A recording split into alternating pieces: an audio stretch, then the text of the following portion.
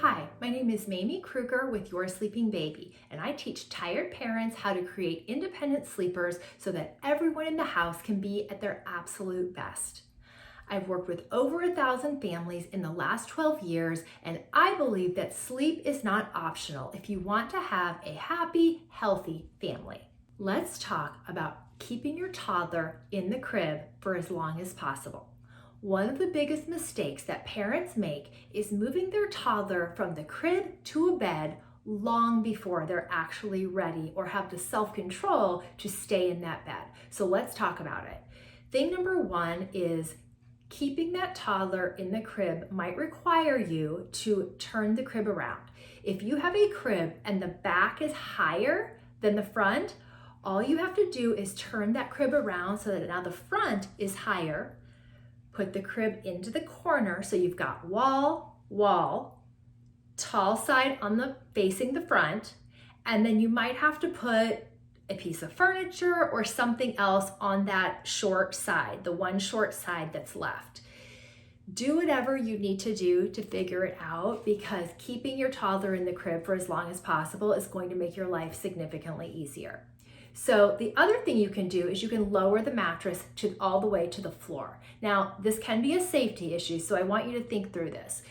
If the mattress is on the floor, there cannot be any space between the top of that mattress and the bottom of the crib slats. So your crib may or may not work for this, but I've definitely seen some handy dads get creative with building a platform or doing different things so that that mattress can essentially be sitting on the floor or on a platform that dad builds, and it completely contains your toddler and keeps them from climbing out. The other thing that you can do is you can buy pajamas, because yes, some brilliant person came up with pajamas that have webbing between the legs that keeps your toddler from hiking their leg up over the side of the crib. I wish I would have thought of this, because I'm sure they're a millionaire by now. There's Cribbers, so that's one company, and I'll link it below. And there's Little Grounders, that's another company. Both of these are pajamas that keep your toddler from climbing out of the crib. They cannot get their leg up over the side. The other thing you can do too, that sometimes it works and sometimes it doesn't, depending on how determined your toddler is putting a sleep sack on them. Sometimes you have to turn the sleep sack around so the zipper is in the back, but a sleep sack can work if you don't have a toddler who's super determined. Anything that keeps them from hiking their leg over the side of that crib, that's what you want to do.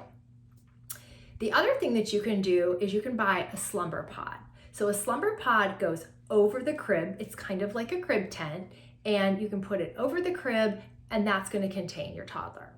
And the last thing I want to say is, if you have a child who is trying to climb out of their crib and you don't yet have the pajamas and you don't have the room set up to prevent that, you want to sit outside that room with the monitor so that the second that leg goes up over the side of the crib, you are immediately in that room telling them no, putting the leg down, and laying them down.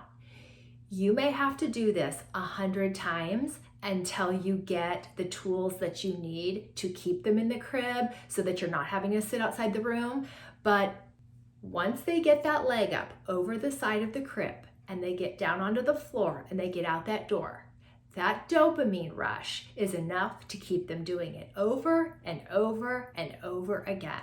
So you need to do everything in your power to keep that child in the crib until you can get the pajamas, the slumber pod, turn the crib around, whatever it is that you need to do, so that we don't even let them get down on the floor or out of the room. One of the biggest mistakes is moving that child to a bed before they're ready. And before they're ready would be anything 3 years old or under. You don't want to move a child to bed too early, because here's what's going to happen. You will go from a child who is sleeping beautifully to a child who's getting out of their bed 100 times. Sleep becomes very difficult. This happens all the time. I get tons of calls about this. And my rule of thumb is, if your child is not yet 3 years old, at least 3 years old, because there's nothing wrong with keeping a child in the crib until they're 3.5 or 4. That's totally acceptable. If you have a child that is 3 years or younger, they need to stay in the crib.